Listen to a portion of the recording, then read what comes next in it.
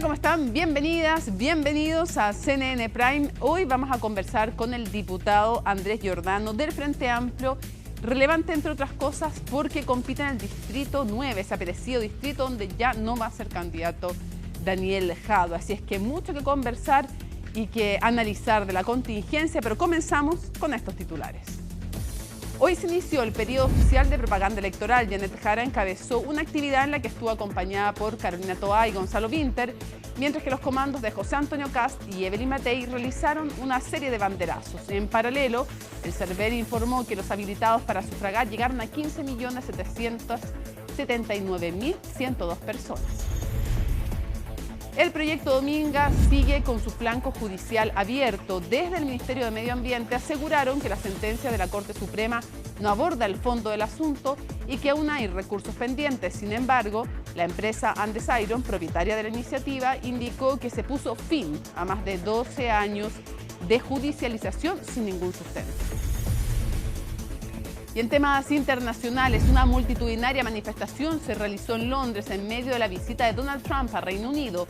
Miles de personas se concentraron en el centro de la ciudad para protestar en contra del mandatario. En paralelo, Trump y su esposa Melania fueron acompañados por los reyes en el castillo de Windsor.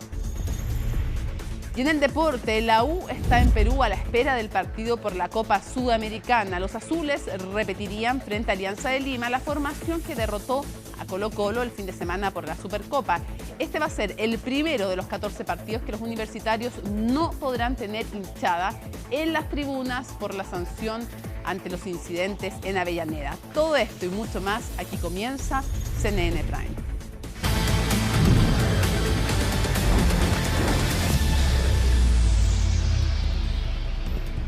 Bueno, y esta jornada se dio el vamos al periodo oficial de propaganda electoral para las elecciones de noviembre. Por esa razón, los candidatos presidenciales encabezaron despliegues en terreno junto a adherentes y postulantes al Congreso.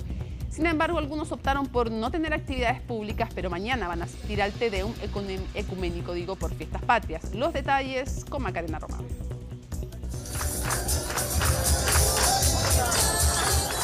Fue un zapateo inesperado. Carolina Toá llegó a decir presente al lanzamiento del periodo oficial de propaganda de la candidata Janet Jara, una imagen junto a Gonzalo Vinter que no se veía desde aquel 29 de junio, cuando la ex ministra del Trabajo se impuso en las primarias del oficialismo. Respecto de los roles que van a asumir, eso va a ser anunciado también en su debido momento.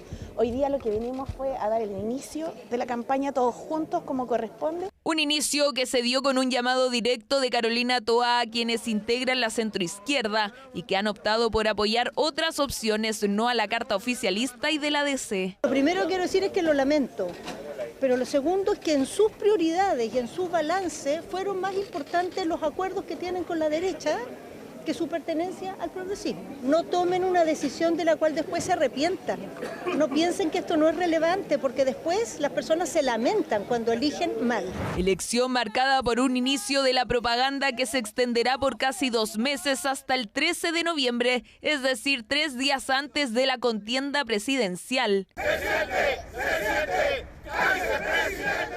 El abanderado del Partido Nacional Libertario quiso dar el vamos a este periodo en la región de Valparaíso con un mensaje desde el mar. Guarda las riquezas más increíbles y probablemente en algún momento nos vamos a expandir hacia allá. Es el camino a través del cual nosotros vamos a avanzar hacia el desarrollo. Esa es la razón por la cual lo hacemos aquí. Otros, en cambio, optaron por no tener actividades públicas este miércoles y dejar en manos de alcaldes o de adherentes el inicio del despliegue en terreno. Este gobierno nos ha dejado muy claro que no basta con decir las cosas, sino que hay que saber hacerlas. Si no, miren ustedes lo que ha pasado con el desastre en materia de vivienda. No se ha construido casi ninguna casa después de casi 2 años del incendio en Valparaíso. Las promesas que se hicieron son obviamente todas falsas. Sin embargo, las personas siguen esperando su sueño de la casa propia. Por su parte, el republicano José Antonio Kast tuvo un despliegue de sus adherentes en las calles. Se siente. Kast, presidente. Mientras que él encabezó una actividad en la comuna de Puente Alto sin convocatoria de prensa tras su visita a Europa, de la que llegó hace pocas horas.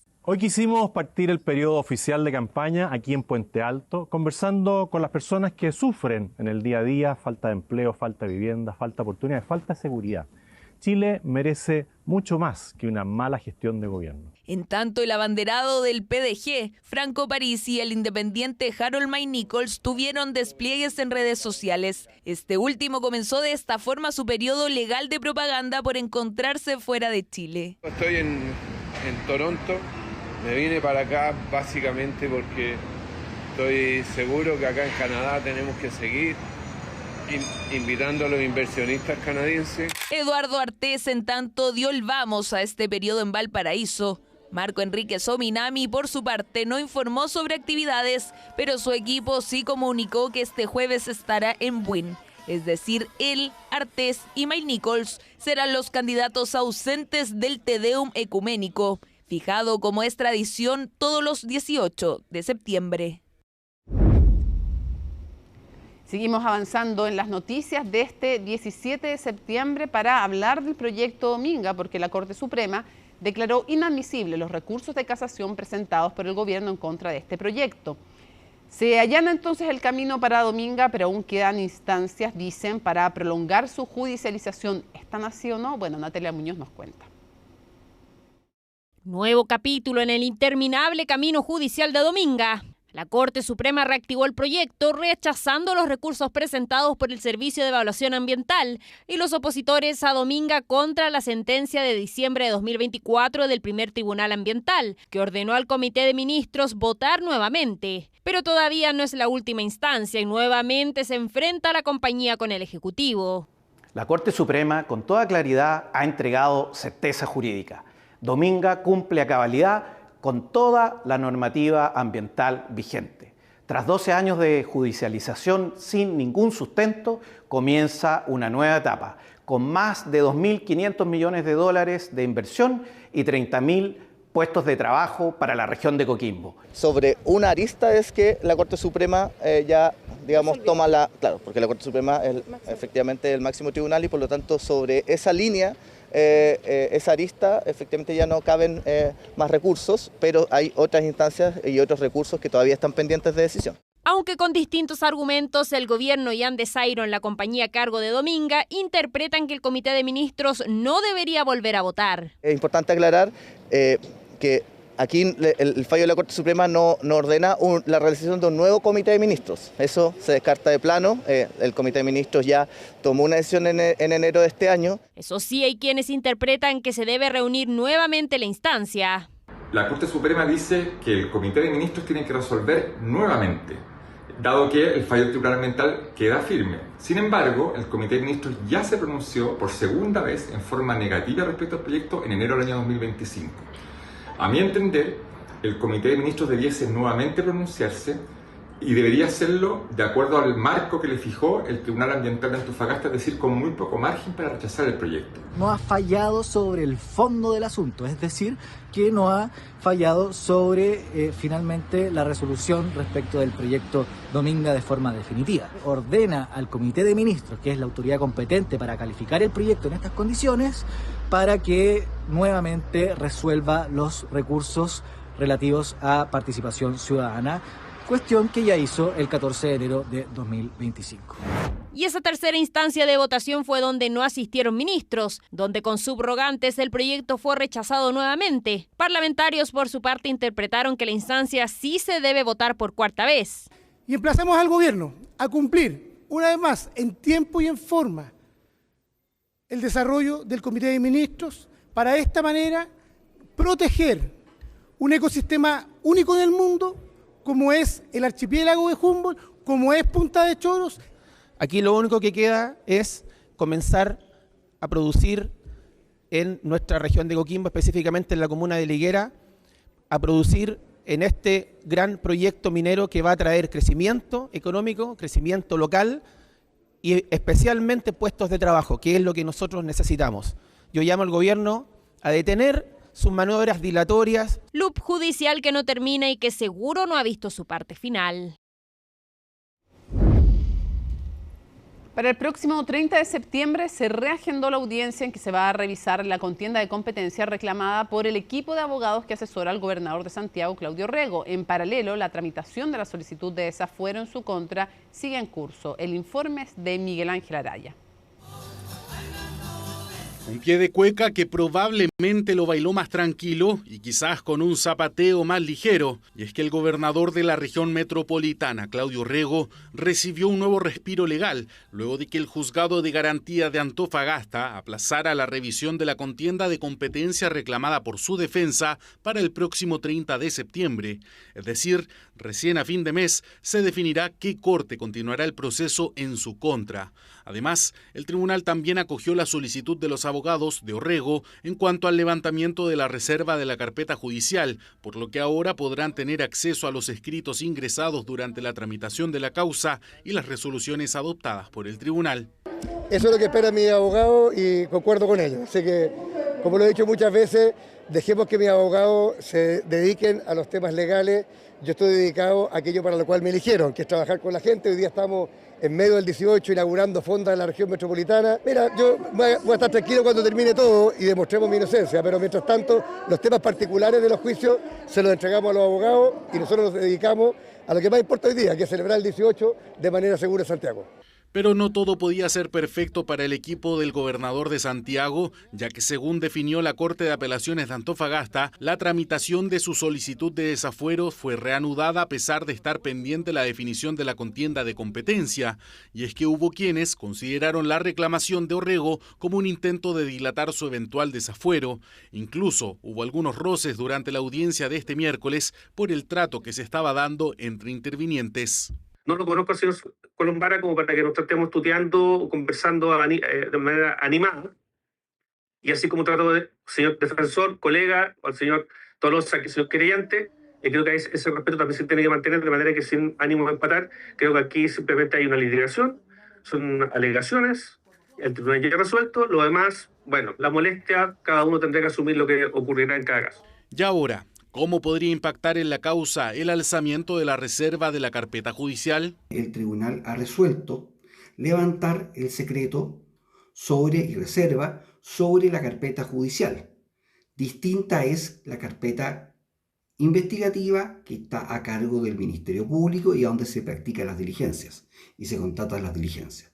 La carpeta judicial es aquella en la cual están las solicitudes de los intervinientes y las resoluciones recaídas sobre ella por parte del Tribunal de Garantía. El tribunal podrá conceder esta reserva considerando su mérito y también podrá alzarla cuando estime que ya no resulta necesaria o que aquella está transgrediendo gravemente garantías procesales y o constitucionales del afectado por la medida. Habrá que esperar hasta el 30 de septiembre para conocer si la contienda de competencia puede tener algún impacto en la audiencia en la que se debatirá el desafuero de Claudio Rego, que está fijada para el próximo lunes 6 de octubre.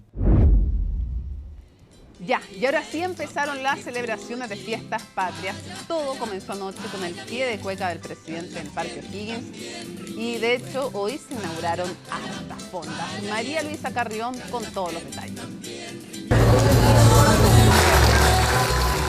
A la 1, a las 2, 3. A este hito tan relevante. Y de seguro no son las únicas, porque entre anoche y este miércoles decenas de fondas y fiestas costumbristas en el país comenzaron a abrir sus puertas. Alcaldes, vecinos, candidatos, todos al son de un pie de cueca. Quiero invitar a todas las personas a la fiesta más linda de Chile, la Semana de la Chilenidad, donde los creadores de todo el país traen su cultura, sus tradiciones y más de 600 caballos en un espectáculo único. La Semana de la Chilenidad estará abierta al público hasta el 21 de septiembre en el Parque Padre Hurtado. 150 stands, música, comida y actividades ecuestres.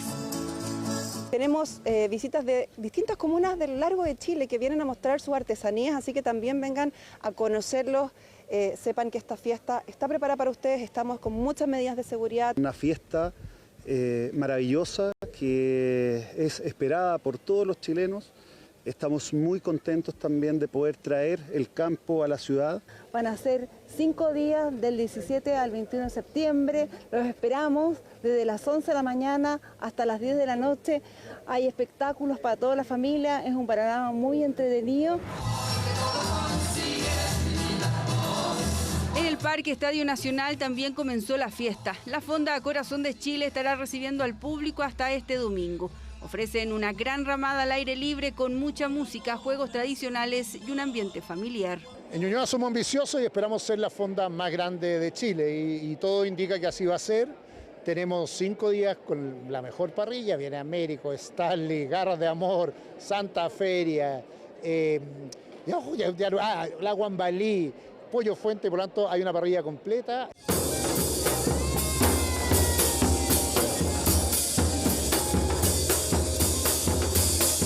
Va a haber mucha tradición, mucha cultura, mucha entretención y mucha seguridad, así que están todos invitados. ¿Quiénes se van a encontrar aquí? Aquí se van a encontrar con la familia Saavedra, cultores de este oficio, organillero chinchinero, con el lorito Gaspar y Kira, así que lo esperamos.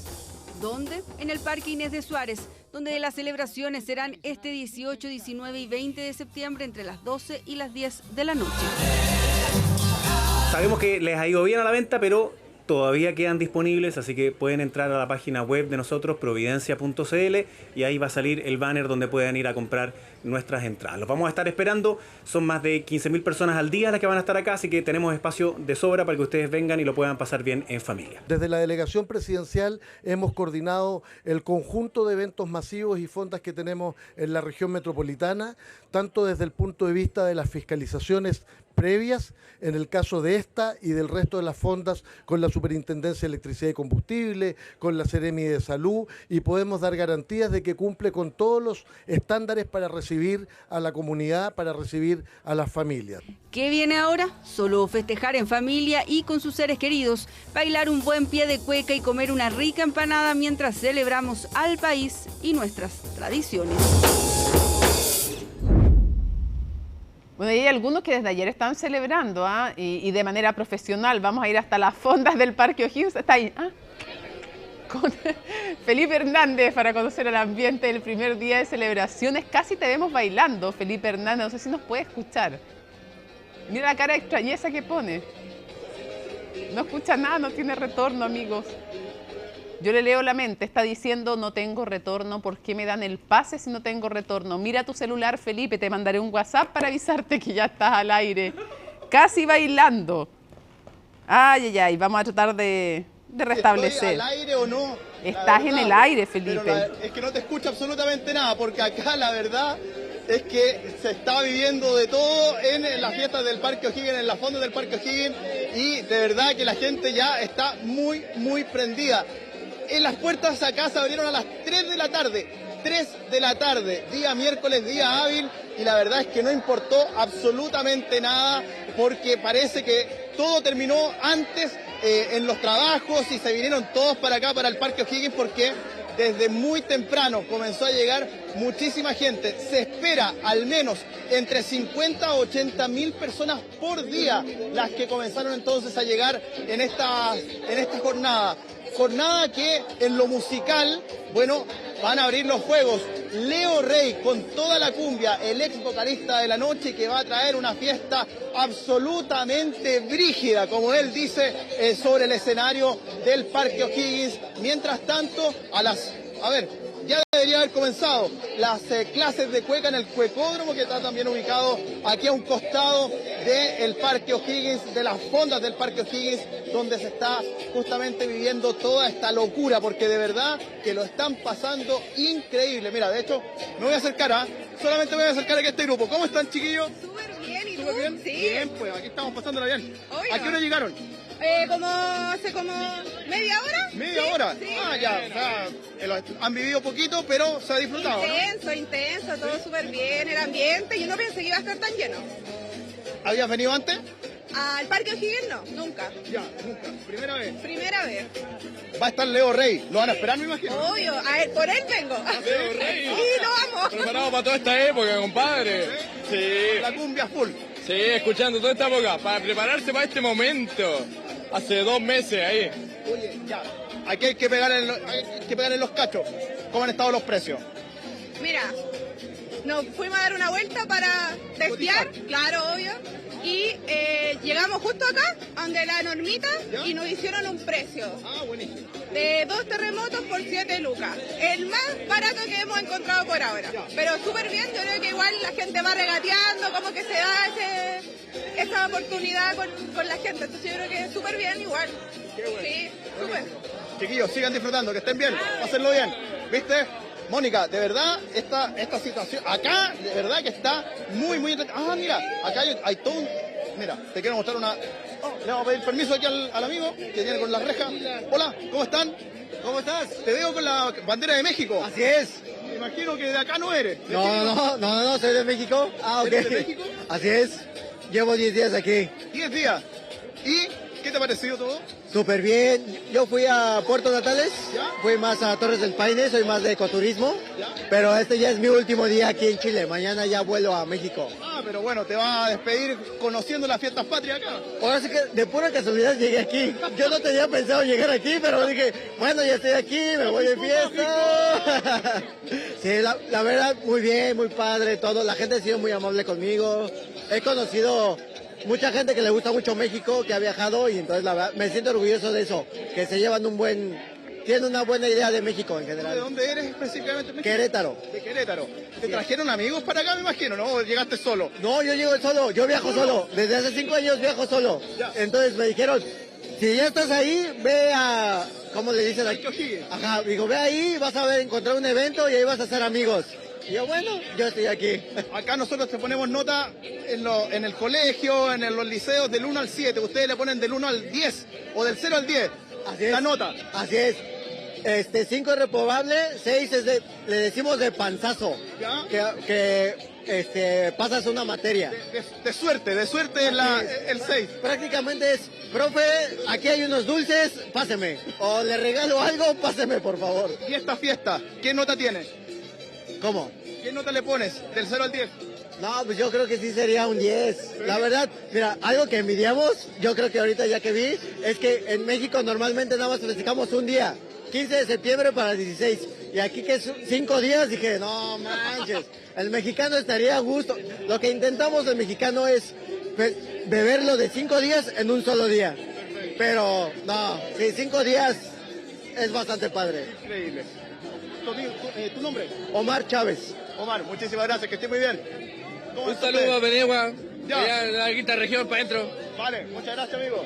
Vale, muchas gracias, viste, de todos lados, están acá presentes en el Parque O'Higgins. Ahí estuvimos conversando con los chiquillos por acá.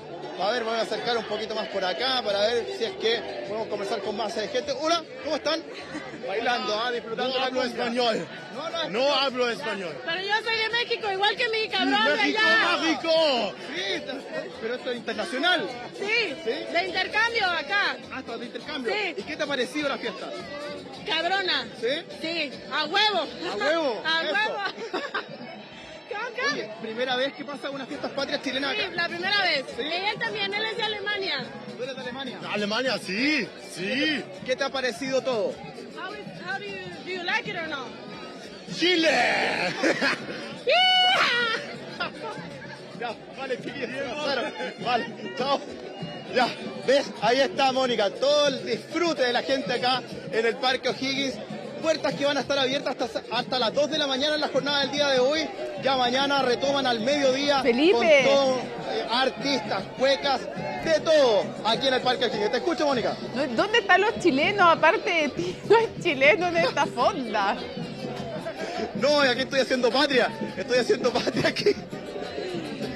Dejen a Felipe Hernández pero de mira, esa fonda para que haya algún chileno que nos represente.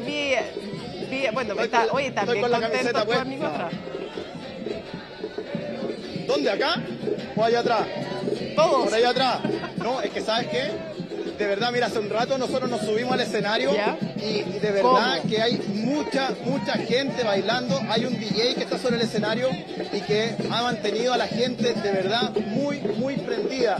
Mientras tanto, por las calles que están acá, la gente está comprando, se ve comprando, paseando con comida, con los terremotos que están aquí por todos lados. De verdad que lo están pasando bien y está muy entretenido el ambiente acá. 100% recomendado venir al Parque O'Higgins. La entrada a partir de hoy empiezan a costar 16.000 pesos el público general, y para los niños entre los 6 y los 13 años que ya comienzan a pagar entrada, 14.000 pesos, para los adultos mayores sobre los 65 años, 14.000 pesos también. Así que ahí están todos los precios, todo lo que va a pasar acá en el Parque O'Higgins con Leo Rey a las 10 de la noche también sobre el escenario central del Parque O'Higgins. Ya, buenísimo panorama, muchas gracias.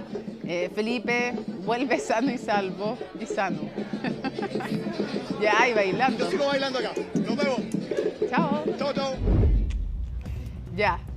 Cambio de guardia, ya lo vieron. Nuestra sección de los miércoles con Don Ivo Goich, nuestro reportero en jefe, nuestro corresponsal en La Moneda, conductor también de CNN Chile. Hola, Ivo. ¿Cómo estás? ¿Estás contento también? ¿Quedaste contenta con el móvil de Felipe? Yo pero prendidísima después del despacho de Felipe. Me imagino que estamos todos súper contentos los que nos tocó hoy día. ¿No trabajas el fin de semana, sí? ¿Ah? ¿Fin de semana no trabajas? ¿Y tú? Yo trabajo mañana. Mañana. Que 18 de septiembre, el último 18 del presidente. Cierto, pues tienes que estar ahí. Vamos a hablar de eso, sí. Sí, pues por supuesto que tienes que estar ahí. No, yo afortunadamente no. No, pero yo hasta las 3, 4 de la tarde y estamos. Ya. Oye, a ver, hablando de Parque O'Higgins. Sí, ayer. Ayer, inauguración de la fonda, que supuestamente es como todo felicidad, todo buena onda y todo, pero la verdad es que hubo hartos significados políticos. No fue tan duro el discurso como se pensaba de Mario Desbordes. Teníamos antecedentes que podía ser aún más. Sí. Pero revisemos un poquito la relación entre el presidente y el alcalde. Ha estado polémica. Sí, entre el gobierno y el alcalde, diría yo. Sí. Porque donde se tensa esta relación efectivamente es lo que sucede en el barrio Meix, en temas de seguridad de la comuna de Santiago, donde Mario Desbordes, Mónica, cuando asume su primer mes, primeros 2 meses haciendo análisis acerca de la situación de la comuna, decía que él tenía que partir muchas cosas de cero, sobre todo en materia de seguridad. Y eso molestó al gobierno, que dijeron desde el gobierno, de hecho Camila Vallejo tomó esa vocería, diciendo, oye, aquí no hay un trabajo desde cero. Desde el 2022 nosotros asumimos y nos hemos preocupado de la comuna capital del país, de los distintos barrios, ir retirando toldos, mejorando el comercio ambulante. Sí. Y ahí se generó esta pelea y de ahí en adelante comenzó Se me había eso. olvidado ese episodio, que todo depende, como siempre, de cómo uno lo mire, porque desde el lado de Desbordes dicen que la molestia empezó cuando Camila Vallejo dijo, esto no es un mérito del alcalde, esto es una labor de todo el gobierno. Entonces, ya, pero ahí se empezó, díganlo como lo digan, se mire desde la óptica que se mire, ahí empezó a tensarse la cosa. Se tensaron de los dos lados, efectivamente, tú lo dices bien desde el punto de vista que se mire, pero tuvimos que llegar hasta el mes de septiembre y hubo un hecho crucial ahí que a Mario Desbordes le molestó muchísimo y fue una decisión del presidente Boric de inaugurar formalmente las fiestas patrias en nuestro país, no en Santiago, sino en Coquimbo, el día lunes en La Pampilla. ¿Pero fue oficial esa inauguración o fue como una frase que se le salió al presidente? No, para él lo dijo más de una vez. Más de una vez valorando lo que significaba efectivamente la cantidad de gente que va a La Pampilla. Son más de 200.000 personas diarias, 1 millón de personas se espera que llegue solo a esa fiesta. Efectivamente es la más grande de Chile, pero lo que se cuestiona desde la Municipalidad de Santiago es por qué se acordaron el año 2025 con un alcalde de oposición cuando tuvo 3 años anteriores con la administración de Iracy Hasler, donde el presidente no tuvo ningún problema en inaugurar las fondas, como dicen algunos, como una tradición, en el Parque O'Higgins. Bueno, eso molestó de sobremanera. Y es que ahí damos un punto, o sea, de nuevo, todo depende de cómo se mire. Desde el gobierno te van a decir que es un gesto de regionalización, ya, bien. Sí. Pero desde el lado de Desbordes te van a decir, parte de lo que tú mencionabas, este gesto de regionalización, si lo hubieran hecho el año pasado y después lo repiten claro, uno y uno, una alcaldesa afín y ahora un alcalde de oposición. Pero justo ahora... Ya, eso molestó. Ya. Y si entramos de lleno a lo que fue el día de ayer, había mucha expectación efectivamente por lo que podía pasar, desde el saludo hasta los discursos, los pies de cueca. Lo que pasó finalmente es que desde el inicio esto tuvo polémica por el saludo. ¿Por qué? Llega el presidente Boric y no saluda inmediatamente a Mario Desbordes. ¿Que el dueño de casa? Saluda a unos niños que fueron parte de la celebración. Mario Desbordes dio una entrevista en Mega, dijo, no sé si el presidente no me vio o no me quiso ver. Sí, estaba en Mucho Gusto con José Antonio Neme, Sí. con Karen Baile, y después también estuvo en Infinita. En Infinita creo que sí, fue en Infinita, y repitió el tema. No sé si no me vio o no me quiso ver. Partió así, Vamos, entonces hubo pifias al presidente Boric, efectivamente, durante varias partes de esta celebración. De hecho, Mario Desbordes tuvo que pedirle a los asistentes, finalmente, como acá estamos en una jornada de celebración, de unidad, espero que podamos mantener, por supuesto, todos el respeto La debido. compostura. Y también por la figura del presidente de la República. Pero no termina ahí esta polémica, porque puede continuar mañana, va a continuar mañana. Hay una gala en el Teatro Municipal. Ya, no me digas que por el palco. Por el palco. Ya, explícale a la gente por qué. Ya. Hay un palco, que es el palco 21, en el Teatro Municipal, que es donde el alcalde, junto al presidente o presidenta de la República, la alcaldesa, comparten ese palco junto a su señora, algún miembro de su equipo, y desde ahí ven este espectáculo que se da ese día generalmente en el Teatro Municipal. Bueno, este año, a solicitud de la presidencia, se dijo que van a ocupar el palco presidencial. ¿Por qué?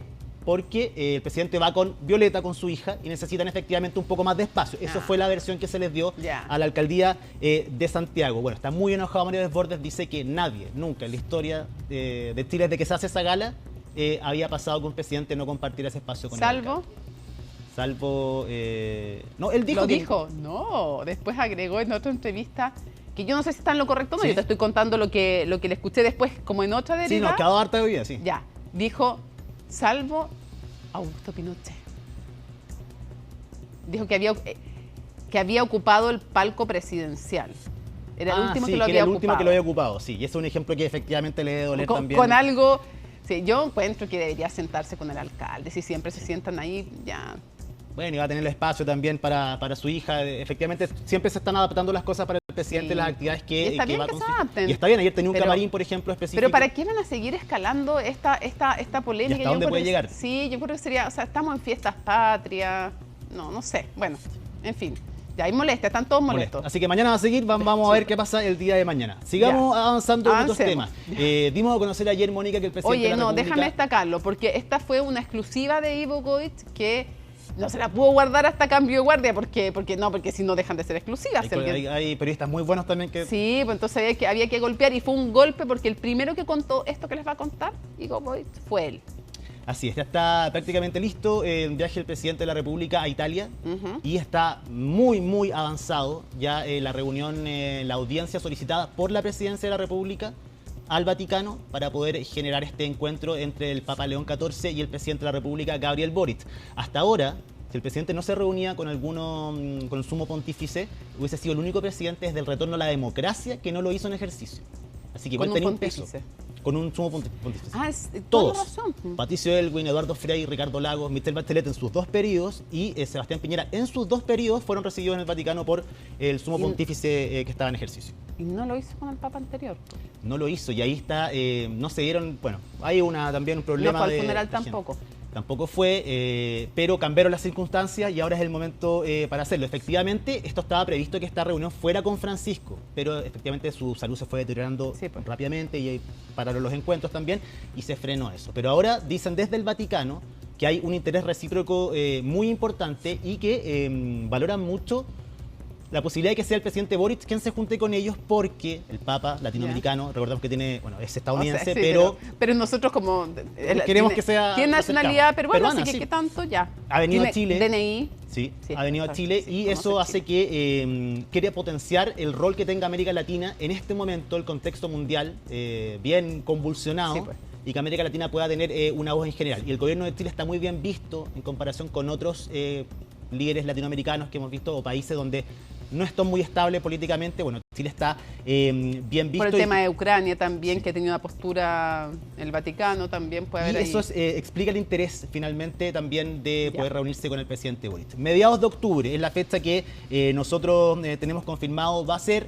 Desde presidencia hasta ahora obviamente no han confirmado este viaje porque ellos siempre dicen que puede cambiar la gente del presidente, eso, pero Mónica, es un hecho que el presidente va a estar en Italia a Oye, mediados del mes y de se irá a reunir con Giorgia Meloni también, ¿o no? octubre. No, yo no lo ¿Se tengo. le adelantó Kast? Se le adelantó Kast, sí, es verdad. Vamos a ver efectivamente el tono y los días, porque lo que tengo entendido es que son varios días. Igual sería raro que no se reuniera, se reuniera con ella. Ok. Sí. Pregunta, ¿qué otros viajes internacionales le quedan? Porque está el de Nueva York. Sí, está el de Nueva York del 22 al 25 de septiembre. El de Italia, que se va a sumar ahora, que no lo teníamos. Va a la PEC en Corea del Sur el viernes 31 de octubre y sábado 1 de noviembre. Y a ese viaje se le podría sumar otro país, que sería Indonesia, pero que hasta ahora no está confirmado lo de Indonesia, pese a que el presidente lo ha dicho muchas veces en distintos discursos. Se han generado lazos comerciales muy importantes en esta apertura comercial de Chile buscando nuevos socios. Indonesia es un gigante que efectivamente, donde podemos hacer muy buen negocios, inversiones también. Y ojo, que hay harta expectación sobre qué va a decir en la ONU, hay peticiones de la oposición de que le hable en nombre del país y no necesariamente de lo que... pidiendo que haga un gesto concreto con Mr. Bachelet, claro, que está muy difícil en todo caso, pero vamos a hablar ya estos días también la próxima semana acerca de eso. Vamos a tener ahí buen cambio de guardia en nuestra sección de los miércoles. 25 en Brasil, en el mes de noviembre. No hay nunca una COP como presidente, así que quiere ir ahora. Y se está preparando también un viaje a África, a Sudáfrica específicamente, en el mes de enero del próximo año. Así que eso sería importante y se cerraría efectivamente lo último ahora.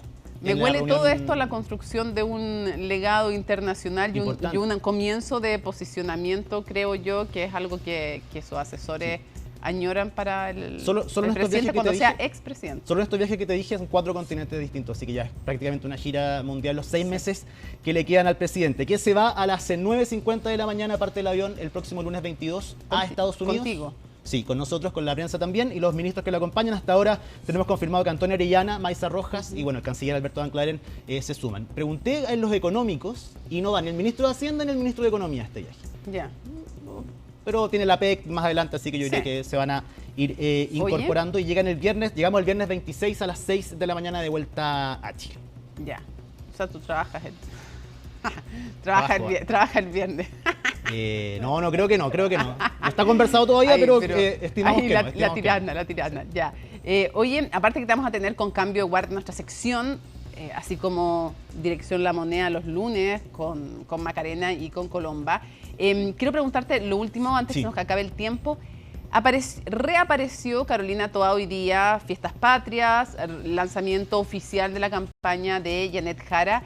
Quería preguntarte cómo se vio eso en Palacio y también cómo está la relación entre el presidente y Janet Jara. ¿Qué nos puedes contar? Mira, bueno, en Palacio se esperaba esto. Se ha dejado a que Carolina Toá viva su proceso, que fue muy duro y sigue siendo duro para ella el haber perdido la primaria de la forma en que la perdió, un 60% contra un 28%. Se ha hablado mucho de esta frase que ella tenía en la campaña de que se ha preparado toda su vida para el desafío que... Capítulo 2 de La Franja. Que terminó siendo un fracaso rotundo para ella y también para el socialismo democrático. Cuando todos pensaban que era la favorita, no estaban los resultados de nadie de ellos, al menos así de contundente, una derrota. Así que se le dio un tiempo para que ella efectivamente no estuviese en esta primera línea. Ella misma lo reconoció. Esto se armó esta semana. Había un compromiso de Carolina Toá con Janet Jara de ingresar cuando comenzaran formalmente las campañas. Y ahí comenzar a aparecer. No ingresar al comando, pero sí comenzar a tener ahí cierta participación en algunos lugares. Janet Jara tomó el teléfono esta semana directamente para preguntarle el día lunes, necesito que, esto parte el miércoles, necesito que estés acá, y Carolina Toá finalmente accedió, pero estaba en secreto. De hecho, buena parte del equipo de Janet Jara no tenía idea que vivía en Pedro Aguirre Cerda, iba a pasar por una puerta y iba a llegar Carolina Toá. La prensa no tenía idea tampoco, se especulaba que en algún momento podría aparecer, pero no como lo hizo el día de hoy, así que fue sorpresivo para todos. Lograron tener el elemento sorpresa. Sí, y se le había ofrecido el área de seguridad del programa, desde que este denominado reseteo del programa de Janet Jara. O sea, una de estas comisiones encargadas temáticas, que la de seguridad querían que ella fuera la que se encargara de eso. Igual eso no sé, yo lo veo, o sea, no va, ¿cierto? Eso no, eso ya no fue, pero tenían pensado en un minuto que fuera así. Que igual es bien raro, yo no sé quién se le ocurre pensar eso. ¿Por qué te lo digo? Y la misma candidata, Janet Jara, la criticó, le puso un 5 a la gestión de ella. Entonces, hasta el día. Que fue el momento, muchos dicen, de quiebre entre las dos. O sea, cuando le pone un 5, que es bien... Dicen ahora que están bien, pero bueno. Sí, digamos, sí, tienen que decirlo. Pero en el fondo, ese minuto fue un momento de quiebre porque obviamente es ponerle un 5, es ponerle una mala, no tan malita. No, crítica. Sí, absolutamente. Lo último, Mónica, la relación de Janet Jara con el presidente, que igual es importante que lo hablemos. Hablan regularmente por WhatsApp, Janet Jara con el presidente de la República, Gabriel Boric, y no hablan solo de la campaña. sino que tienen una relación muy cordial. Hablan efectivamente de la paternidad del presidente, por ejemplo, de los procesos que ha vivido. Sí, pues lo fue a ver cuando... La primera reunión que hubo fue en su casa. Sí, fue Así que hablan con mucha regularidad, Mónica. Ella no le ha pedido consejos específicos acerca, por ejemplo, de cómo enfrentar los debates, pese a que el presidente se ha mostrado abierto a ayudarla, lo ha dicho él, que está dispuesto a ayudarla, por la experiencia que tiene él de debatir con José Antonio Kast, por ejemplo, proyectando lo que puede ser. En adelante. Y la tuvo con Jaude también, que tampoco era fácil. Y lo último, el presidente la semana pasada, bueno, como hablan regularmente, habló con ella después del debate. Le dio su apreciación acerca de lo que él había pensado, cómo había estado este debate y también era malito, a perfilar. ¿Cómo era la...? No nos quisieron decir qué fue lo que le dijo, eso era secreto. Y el parecer del presidente también acerca de cómo debe perfilar esta parte de la campaña Janet Jara para poder superar esta barrera del 30% que tanto se habla que podría finalmente privarla de poder ser la presidenta de la República en el caso que pasara. Sí, claro, lo que pasa es que puede tener un piso sólido, pero también un techo bajo, dicen algunos, y si eso es así, la segunda vuelta, difícil, al menos según las encuestas actuales. Ivo Goich, entonces la próxima semana te tenemos desde Nueva York. Me encanta, ya, cambio de guardia desde Nueva York. Muchas gracias, Ivo. Nos vemos. Pausa entonces y regresamos.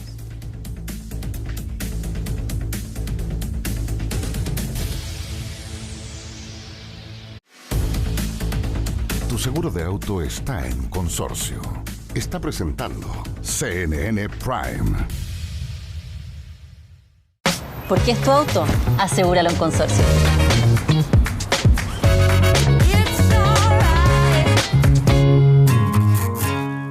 Sube a tu BMW seminuevo. Oportunidades con hasta 30% menos y 24 cuotas sin interés con Banco Scotiabank en modelos seminuevos con bajo kilometraje, garantizados por un año y con beneficios únicos de BMW Premium Selection. Este es el momento perfecto para entrar al mundo BMW. Cada nota interpretada con pasión. Cada material elegido con maestría. Un descanso que refleja la armonía de una creación hecha con alma y precisión.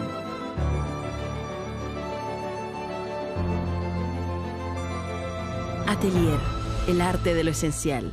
Cannon Home.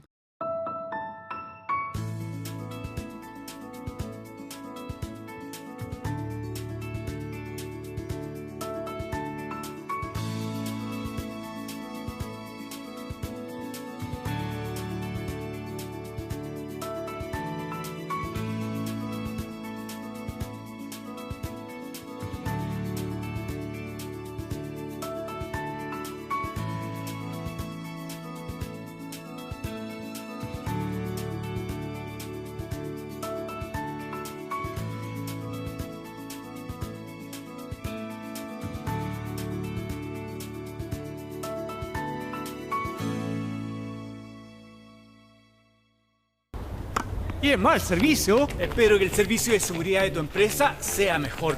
Qué feo revés, ¿ah? Digo si te entran a robar. Ventaja para los ladrones.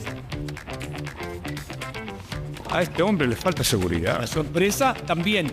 Te pillé, pues, compadre. Te pillé. Te pillé es el único sistema de seguridad para empresas que no graba robos, los evita. No sea usted la próxima víctima y contrate su tranquilidad en tepillé.cl. Con Te pillé, nada es imposible. Lo que marca la diferencia es tener buenas opciones. Dirigir una empresa es saber asumir riesgos y cuándo jugar a lo seguro. Lo mismo pasa con las inversiones. Por eso confío en BTG Pactual. Tengo acceso a cientos de productos, información en tiempo real y el respaldo de expertos cuando lo necesito. Incluso quienes estamos acostumbrados a decidir, sabemos el valor de una segunda opinión. Yo invierto a mi manera.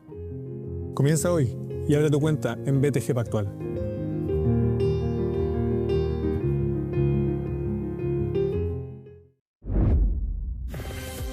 Hola, ¿cómo están? Comenzamos Conexión Global en CNN Prime y hacemos la conexión rápidamente con Reino Unido, hasta donde llegó el presidente de Estados Unidos, Donald Trump, en su segunda visita oficial. Fue recibido en medio de una pompa real, paseó por el castillo de Windsor y hace poco estuvo en este banquete real para participar junto al rey Carlos III y también el príncipe William. Pero esta visita ocurre en medio de manifestaciones en el centro de Londres en contra de la figura del mandatario estadounidense. ¿Cómo fue esta visita que aún no termina? Lo vemos en el informe de Michelle Recasens.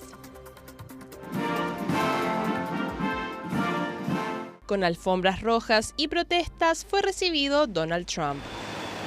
En medio de ajetreadas bienvenidas, este miércoles Donald Trump y su familia fueron recibidos como huéspedes de honor del rey Carlos III y del gobierno británico, en una segunda visita de Estado al Reino Unido. Mi relación con el Reino Unido es muy buena. Carlos, como saben, quien ahora es rey, es mi amigo. Y esta es la primera vez que ocurre esto, que alguien recibe 2 homenajes, así que es un gran honor. Y esto fue en Windsor.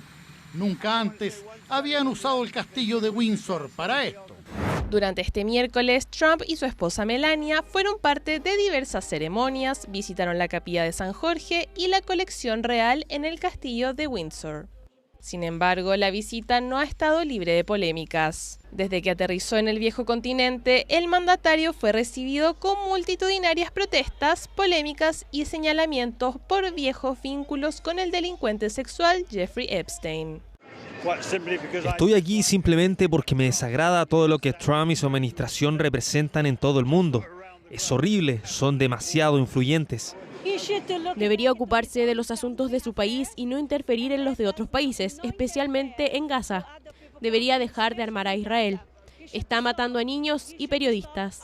Un grupo de manifestantes proyectaron imágenes de Trump junto al financiero estadounidense sobre una torre del castillo de Windsor. Posteriormente, la policía reportó al menos 4 detenidos. La situación también salpicó al gobierno británico esta semana, luego de que el primer ministro Starmer finalmente destituyera a su embajador en Washington, Peter Mandelson, tras revelarse sus propios vínculos con Epstein.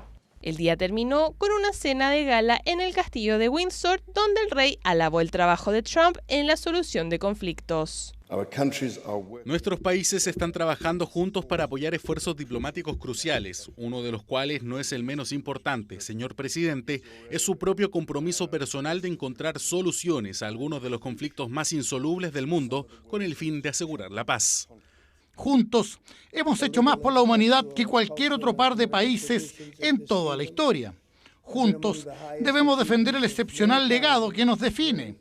Y debemos seguir defendiendo los valores de los pueblos del mundo angloparlante. Y de hecho, los defendemos. Se espera que durante los próximos días continúen las manifestaciones de rechazo hacia la visita del líder estadounidense y que el tema de Epstein siga marcando la agenda política tanto en Washington como en Londres. Hacemos la conexión ahora con Brasil, donde el expresidente Jair Bolsonaro fue diagnosticado con un cáncer de piel en una etapa temprana. Ayer fue llevado al hospital, él sigue en su casa cumpliendo prisión domiciliaria después de ser condenado entonces por este intento de golpe de Estado.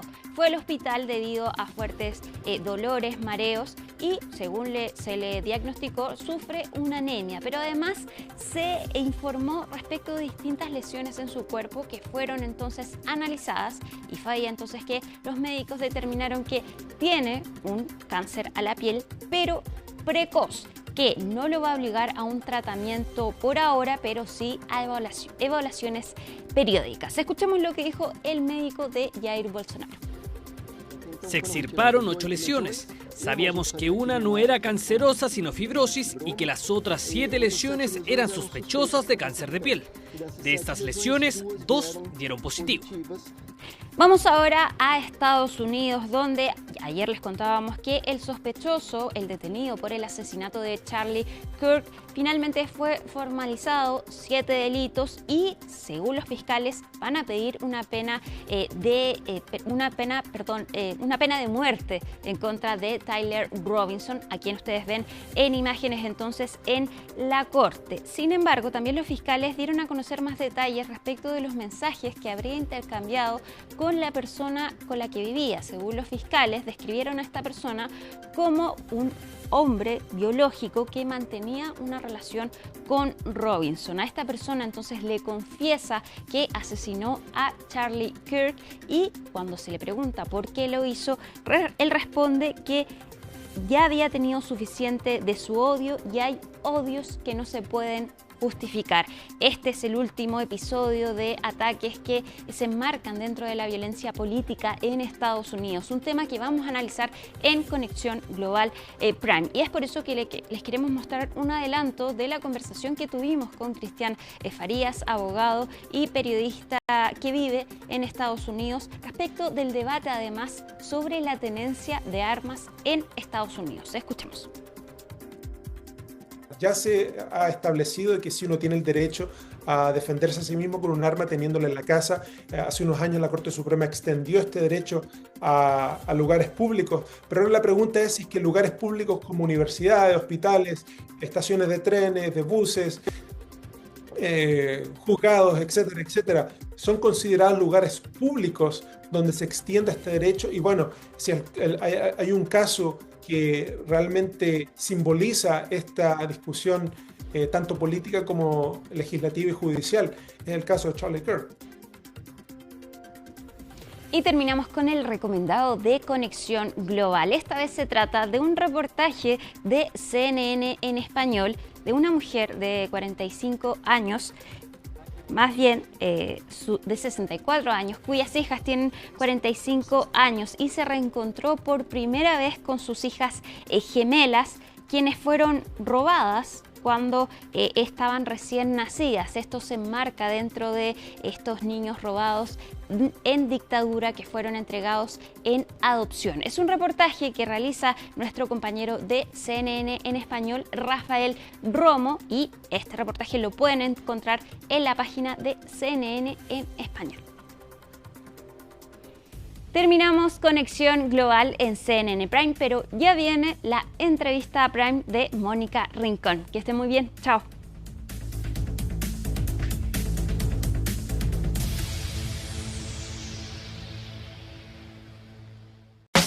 ¿Por qué es tu auto? Asegúralo en Consorcio.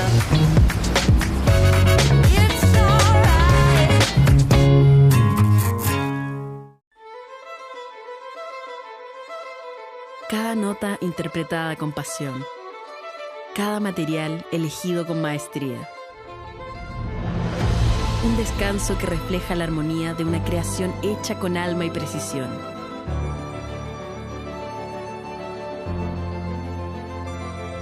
Atelier, el arte de lo esencial. Canon Home. El mundo avanza a gran velocidad y hoy puedes ser parte de esta transición. Por primera vez en el hemisferio sur, este 8 de octubre, en Teatro Bio Bio Concepción, Cities in Transition, un encuentro de innovación urbana patrocinado por el MIT City Science. Ven a imaginar las ciudades del futuro junto a más de 150 investigadores de todos los continentes. Sé protagonista de esta oportunidad única. Cities in Transition. Inscríbete en citylabbio.cl. Lo que marca la diferencia es tener buenas opciones. Dirigir una empresa es saber asumir riesgos y cuándo jugar a lo seguro. Lo mismo pasa con las inversiones. Por eso confío en BTG Pactual. Tengo acceso a cientos de productos, información en tiempo real y el respaldo de expertos cuando lo necesito. Incluso quienes estamos acostumbrados a decidir, sabemos el valor de una segunda opinión. Yo invierto a mi manera. Comienza hoy y abre tu cuenta en BTG Pactual.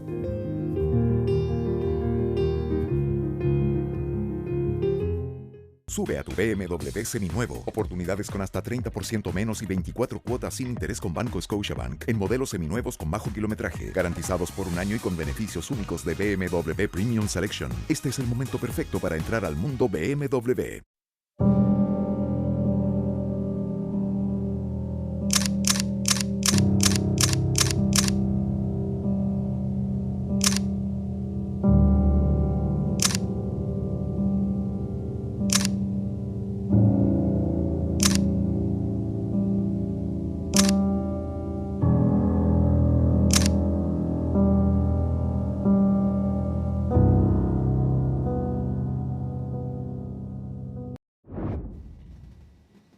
Conversamos con el diputado del Frente Amplio, el diputado Andrés Giordano, que ahora está además en la Comisión del Trabajo. ¿Está presidiéndola? Estoy presidiéndola hace un par de semanas, justamente, Mónica. Perfecto, porque ha sido la época en que han habido cambios de presidencias de comisiones en algunos casos.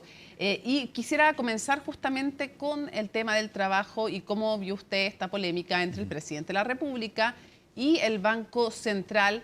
Primero, ¿cómo vio el informe del Banco Central? Este informe que dice que hay efectos negativos, pues si fueran positivos no sería razón de polémica, de legislación como las 40 horas y como el incremento del salario mínimo. Sí, bueno, primero que todo, gracias por la invitación. Este tipo de informes son, de alguna u otra manera, un insumo técnico para ciertos debates que siempre está presente cuando hay reformas de carácter laboral y que de hecho es una discusión más vieja que el hilo negro, ¿no? Si efectivamente avanzar en derechos de trabajador y trabajadora tiene un impacto negativo en el mercado del trabajo o si se puede crecer, por ejemplo, en indicadores positivos como la empleabilidad y a la vez mejorar los derechos de los trabajadores y trabajadoras. Entonces, yo en ese sentido me paro en la misma posición que el presidente de la República. Tengo algunas diferencias que estamos estudiando además en la Comisión de Trabajo con aquel informe porque además hace algunas aseveraciones y pone algunos supuestos sobre la mesa que a mí me parecen todavía un poco aventurados. Por ejemplo, que la reforma de 40 horas o el salario mínimo tienen un impacto negativo en la empleabilidad,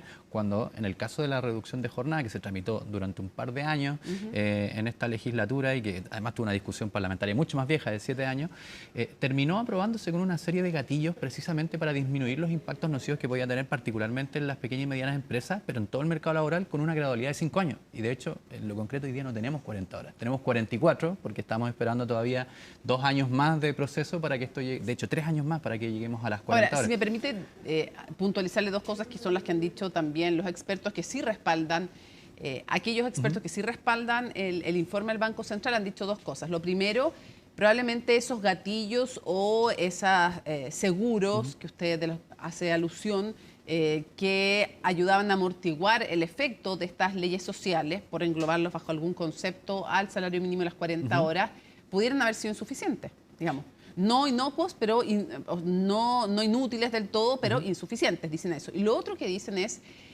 cierto que ha comenzado a regir solo una de las horas de disminución y que es un proceso gradual, pero la economía también y el mercado laboral, por ende, vive también de expectativas y por lo tanto ya saben cuál es el horizonte, las empresas, y por lo tanto, por más que ahora comience una hora a reducirse en la planificación, en la contratación, las empresas planifican, valga la redundancia, pensando en el horizonte y ya saben que va a venir la disminución, aunque sea progresivamente. Por lo tanto, no es necesario que se produzca todo el efecto para que en la planificación y en las expectativas esto ya entre en la ecuación. Claro, sí. Por ejemplo, la diferencia, a propósito de lo que tú señalas, yo tendría sobre esa materia es que efectivamente la causalidad es múltiple para analizar cualquier fenómeno en el mercado del trabajo. Entonces, ¿lo dice el informe del Banco Central? Por cierto. Lo que a mí me parece medio aventurado es atribuir a reformas de carácter laboral que además han seguido la experiencia internacional, porque no somos el primer país que reduce jornada, ni tampoco es la primera vez que reducimos jornada, de hecho en Chile, ¿no? Pasamos de las 48 a 45 hace poco más de una década y media, y básicamente lo que se ha tomado como referencia en la experiencia comparada es que si tú tienes gatillos, por ejemplo, en la gradualidad, vas atenuando estos efectos y vas teniendo... No eliminando. Atenuando, no eliminando. Sí, no, atenuando, objetivamente atenuando, pero también vas teniendo otros efectos positivos. Lo que se ha demostrado en la experiencia comparada es que cuando tú reduces jornada, además aumentas productividad en las empresas. Entremos en eso. Ahora, reducir jornada no es una... no es una causa-efecto con aumentar productividad. Al contrario, uno podría decir, para reducir jornada sería tal vez incluso necesario antes aumentar la productividad. No necesariamente va a aumentar la productividad porque se reduzca la jornada, no necesariamente. No, y no es el objetivo tampoco. Cuando uno reduce jornada, lo que está buscando es que los trabajadores y trabajadoras tengan una mayor calidad de vida. Y yo creo que eso es además lo que le falta, porque no es subjetivo tampoco, al informe del Banco Central, analizar cuál es la realidad que tienen hoy día miles de familias que subsisten con el salario mínimo que se aumentó en un histórico de los últimos 25 años a 529.000 pesos y que llega en enero a 539.000 pesos. Esa es una realidad importante. Claro, capaz que porque no es el objetivo del informe del Banco Central, que digamos lo que han explicado ellos es que tenemos que fijarnos no en evaluar políticas públicas, no es nuestro resorte, sino en ver qué efectos tiene en la inflación, en el mercado, ciertas políticas públicas que no evaluamos en sí, sino respecto a sus efectos. Quería clarificar algo. Entonces, usted no es que esté disputando que hayan efectos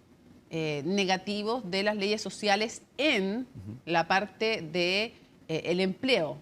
¿O sí disputa también eso? Yo lo que creo es que es bastante aventurado señalar que a propósito de la aprobación de estas leyes sociales estamos enfrentando algunos de los problemas del trabajo que aparecen en el informe. Es más, yo me atrevería a decir que si uno analiza la película completa, lo que uno ve es que venimos con ciertos problemas arrastrados en el mercado del trabajo que vienen desde una pandemia muy compleja que le tocó a toda la humanidad enfrentar y que particularmente en Chile tuvo como efecto, primero, la destrucción de miles de puestos de trabajo, pero además como efecto secundario también una arremetida muy importante de ciertas formas de entender las relaciones laborales encaminadas hacia la automatización, que hoy día también están teniendo un efecto muy nocivo, donde vemos a la mayoría de las grandes empresas de alguna manera buscando reemplazar la mano de obra del ser humano a través de la automatización. Entonces para entenderlo, ¿usted cree que estas leyes laborales no han tenido ningún efecto negativo en el mercado laboral? Yo lo que creo es que nuestro debate parlamentario se preocupó, y en eso, de hecho, tuvimos al Banco Central como uno de los expositores dentro de aquella discusión, de generar un sinnúmero, y porque la política pública no se puede solo preocupar de un informe técnico, sino que sí tiene un objeto, que es hacerse cargo de una problemática. Y el diagnóstico es el siguiente. Las trabajadoras y trabajadores en Chile, en un 60%, ganan menos de 600.000 pesos. Eso es una problemática muy grave, porque Chile no es un país subdesarrollado que tenga que pagar esos salarios. Chile es un país bastante rico, ¿no? De hecho, en Latinoamérica el estándar es bastante elevado. Pero todavía en vías de desarrollo, no más si es un país desarrollado. Absolutamente en vías de desarrollo, pero tiene indicadores per cápita de riqueza que son bastante elevados y que no se reflejan en la distribución de ella. Entonces, lo que pasa hoy día en la práctica es que las familias tienen muchos problemas para llegar a fin de mes y por lo tanto la política pública se tiene que hacer cargo de ese problema. Ya, entonces, tal vez no me equivoco, digamos usted, porque puede que sí me equivoca, capaz que me diga sí, se equivoca. Si interpreto que lo que usted está diciendo es que pueden haber algunos efectos o ser parte de los multifactores, estas leyes laborales que producen efectos, pero como tiene otros beneficios desde su perspectiva asociados que también son importantes, vale aquello la pena.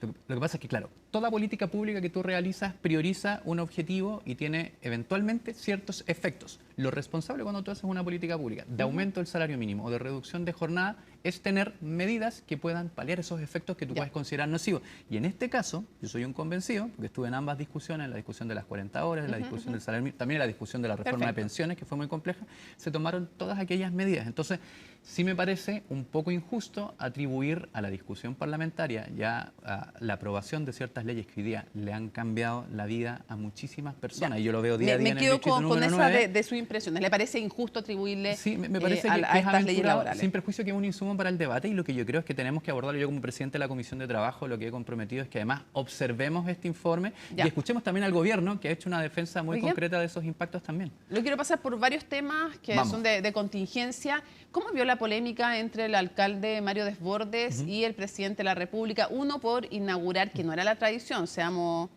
justos, la tradición era inaugurar en Santiago, dar por inaugurar las fiestas patrias en Santiago, y así había sido mientras Iracy Haller era alcaldesa. Viene Mario Desbordes a ser el alcalde, asume, y primer año y ya no, y se dan por inaugurar en La Pampilla, aunque estuvo el presidente en el Parque O'Higgins, no estoy diciendo lo contrario, pero siendo alguien de otra región que no sea la metropolitana, uno igual sabe que la tradición es que se inauguraban acá, pues entonces igual hay una cierta suspicacia y estaba molesto por el tema de La Pampilla, Mario Desbordes. Sí, yo conociendo al presidente de la República me atrevo a decir que es una polémica más bien artificial y que el presidente pretendió en esta ocasión dar un mensaje respecto a la descentralización, que fueron además sus palabras en el discurso inaugural. Pero justo cuando hay un alcalde de otro signo político. Pero es que además después estuvo en el Parque O'Higgins de todas maneras, lo que pasa es que se inauguró antes, entonces tuvo el compromiso de estar en dos lugares y me parece además tremendamente significativo, sobre todo porque el tema de la regionalización hoy día es un tema que se está discutiendo a nivel político de cara a una elección presidencial, que hay una señal, ¿no?, de que efectivamente Santiago no es Chile. Yo le diría que efectivamente no hagamos puntos políticos, sobre todo en medio de un momento que es muy importante para la ciudadanía, para Chile, y donde objetivamente me parece que todas las instituciones hoy día han aportado que podamos tener un episodio de celebración de lo que significan las fiestas patrias para la mayoría de las personas y que no entremos en polémicas, que además yo siempre veo este tipo de situaciones, este tipo de discusiones públicas muy en el marco de lo que está ocurriendo y creo que nunca se escapan del escenario electoral. Entonces, Yo le pediría al alcalde de Santiago que tuviera esa consideración para que efectivamente, además, todos podamos colaborar a tener una celebración como corresponde y que entendamos también que Santiago no es Chile, más allá de que sea la comuna que a él le toca dirigir. O sea, ¿usted cree que hay algo de motivación política en las críticas de Mario Desbordes y algo de contexto de campaña electoral? Claramente, pues es parte del comando de Evelyn Matei, está bien, es parte de lo que ocurre hoy en día y está muy bien que los alcaldes tengan una posición política. Simplemente yo creo que se trata de una polémica que ha sido más artificial y que además no se empañó en ningún caso, porque yo vi al presidente de la República bailando cueca junto a Mario Desbordes en el escenario y me pareció una tremenda señal una demostración cívica, ¿no?, de que efectivamente no existe una diferencia más allá de los distintos signos políticos que puedan tener cada uno de ellos. No me voy a poner a evaluar las cuecas porque... No hagamos eso. Yo creo que no corresponde. Y tampoco me gustaría que evaluaran las mías. No, porque creo que lo importante es el entusiasmo, porque en verdad tenemos... El entusiasmo no nos quedamos. No, tenemos harta gente más... ¿Sabe qué? Tengo que decirle que en general los políticos, hombre, en verdad están bien al debe con la cueca más que las mujeres. Todas las parejas que vi, encontré que bailaban mejor, salvo algunas excepciones.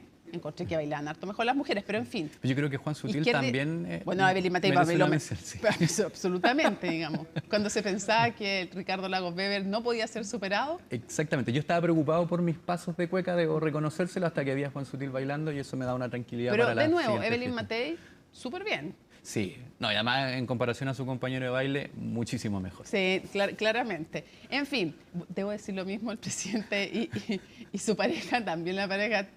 estuvo mejor, tengo que decirlo. Sí, está bien. No, sí, es una crítica justa y razonable. Sí, los hombres de izquierda y derecha al debe en la cueca los vamos a mandar a toda clase. Quiero preguntarle por Dominga. Ha habido... es bien preocupante lo que pasa con Dominga en el sentido de que es un proyecto que lleva 12 años. Sí. En el contexto de la necesidad de inversión en un país con un crecimiento, por ser generosa, modesto.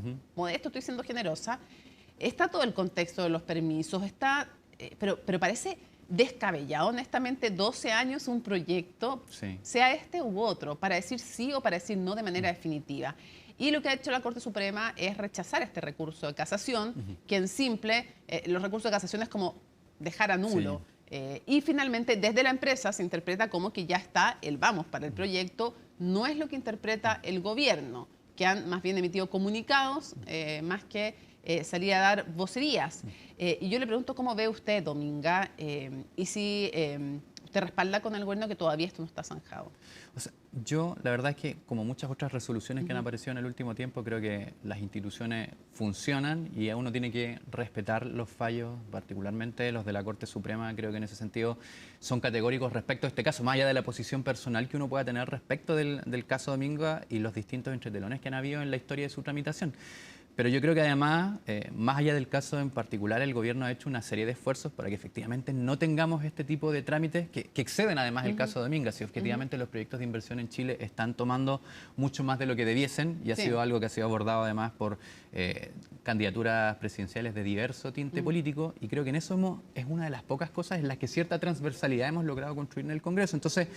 ¿Pero por usted está zanjado ya que el proyecto va? O sea, yo creo que hay un pronunciamiento que es categórico y que yo soy de aquellos que creen que uno no, y sobre todo viniendo yo de otro poder, que es el legislativo, que uno no tiene que cuestionar el rol que cumple otro poder del Estado. Por eso, pero entonces para usted, sin compartirlo, ¿le parece que ya está zanjado Dominga? Sí, yo tendería a creer que eso es, y es algo que probablemente también el gobierno de alguna manera va a ir expresando en sus siguientes vocerías. ¿Y a usted le parece negativo que se construya Dominga? ¿Sigue pensando que es negativo? Yo creo que tiene luces y sombras, ¿no? Uno no puede categorizar este tipo de cosas en blancos y negros. Y creo que ha habido una movilización importante en torno a aquello que es meritorio de escucharse, pero también uno entiende que existen argumentos positivos del impacto que significa una inversión de la envergadura de Dominga. Entonces, yo tiendo a compartir lo que en general la comunidad organizada ha señalado, pero entiendo que también se han agotado todas las instancias institucionales y que eso uno tiene que ser respetuoso. Creo que las posiciones personales acá no pueden primar, primero, por sobre el hecho de que las instituciones se pronuncien, y segundo, por sobre el bien común, que de alguna u otra manera también ha sido expresado en los distintos, en las distintas controversias que han involucrado a Dominga. Sí. Bueno, lo que me llama la atención es que cuando usted dice, tiendo a pensar que Dominga está zanjado, obviamente para que alguien que va pasando ahora por la pantalla estamos refiriendo que está zanjado a favor de que se haga el proyecto por parte de la Corte Suprema. Claro, se entiende. Pero me da la impresión que usted no es tan categórico como otras personas en contra del proyecto, ¿o me equivoco con el tiempo ha ido cambiando su percepción, tal vez la percepción inicial, o el hecho de que hayan divisiones dentro de la misma gente de la higuera, por ejemplo, le hace pensar otra cosa. ¿Qué hay ahí? Porque hay opiniones divididas, hay grupos ambientalistas muy en contra de Dominga y otros que dicen que no. ¿Usted cree que no es tan blanco y negro si es bueno o es malo el proyecto? Yo creo que nada en política ni ninguna decisión de esta envergadura es blanco y negro. Yo creo que cuando cometemos el error de caer en esas polarizaciones, finalmente cuando no logramos resolver los grandes problemas que hoy día tiene Chile. Entonces, yo efectivamente tiendo a mirar mucho los matices, los miré no solo a propósito de esta iniciativa, en la que también de alguna manera algo de parte tuvo, aunque no he sido alguno de los actores centrales. Hay otros parlamentarios que efectivamente han estado más involucrados en esto, pero creo que hay experiencias muy interesantes durante este periodo de gobierno respecto a lo que significa mirar la realidad de la política chilena en blancos y negros y lo que puede implicar finalmente para el bienestar de distintas poblaciones, ¿no? Otra cosa es con guitarra. No, por cierto que otra cosa es con guitarra, pero yo a lo menos, mire, yo le voy a decir algo. Vengo del mundo sindical. Tengo una escuela donde básicamente creo que si las instituciones no sirven para cambiar la vida de las personas, finalmente pierden su sentido. Y eso lo vi como dirigente sindical, donde presido una organización con miles de trabajadores, y creo que logramos ese objetivo. Como presidente de una empresa conocida, usted sabe, Starbucks. Y después, como diputado, he tenido más o menos la misma lógica. Yo estoy acostumbrado a lo que son las negociaciones, los sindicatos negocian colectivamente, y en este caso creo que uno tiene que hacer el esfuerzo. Está bien, uno defiende ciertas ideas y para eso lo eligen cierto tipo de personas que también comparten esas ideas y esperan que uno las represente en el Congreso, pero el fin mayor es representar a una ciudadanía que va más allá de los propios electores y más allá de las propias ideas. Y me pasó en la reforma de pensiones, donde yo finalmente voté a favor de un proyecto. A pesar de que usted había dicho que no iban a apoyar si no venía con separación total. Exactamente, de la industria. Y nos enfrentamos a una decisión que es lo mismo que pasa en algunos casos parecidos a Dominga. La decisión era, bueno, estamos dispuestos a no aceptar, a pesar de que de alguna manera no cumple con todo lo que nosotros queríamos, una reforma que le va a subir las pensiones, que comenzó a subirles ahora en septiembre a los mayores de 82 años y que ahora en enero le va a subir las pensiones a todos los jubilados y jubiladas. Y creo que si hubiésemos votado en contra de esa idea, bueno, estaríamos pareciéndonos mucho a lo que ha sido la postura del Partido Republicano, que ha votado sistemáticamente en contra de todo. Y yo creo que si uno vota en contra de todo, la verdad que no le puede ofrecer gobernabilidad a ningún país. Entonces, para uno también es una lección, pero evidentemente uno tiene que poner en el centro el objetivo final. ¿Hay algo de... ¿Ha habido un cambio, diría usted, en el Frente Amplio? ¿O usted haría la autocrítica de que el Frente Amplio llegó con una cierta soberbia, como se ha dicho, o con una intención de que podían cambiarlo todo? Y la verdad es que cuando uno ve las propuestas del gobierno originalmente, del plan de gobierno, desde reforma tributaria de 8 puntos del PIB, fin a las AFP, fin a las ISAPRES, el proyecto de constitución, en general, no más AFP, cuando uno va viendo lo que ha tenido que hacer el gobierno en muchos temas, es cambiar puntos, no a los estados de excepción, los rechazaban, decían vamos a levantar, y los levantaron los estados de excepción, tenemos que ponerlo. Y hemos pasado en la Araucanía todo este gobierno bajo estados de excepción tiene poco ese estado. Claro. Sí, claro. Entonces, que antes rechazaban y que le rechazaban también a otro presidente. Entonces, ha habido un cambio importante en el Frente Amplio, ¿no? Al llegar al gobierno. Yo creo, mire, yo creo que lo que ha ocurrido, y me hago cargo, yo soy militante del Frente Amplio hace poco más de un año a estas alturas. Sí, es nuevito dentro de todo. Sí, yo soy nuevito, entré como independiente porque además es una bancada que valora mucho la independencia de las dirigencias sociales y eso me parece meritorio en un partido.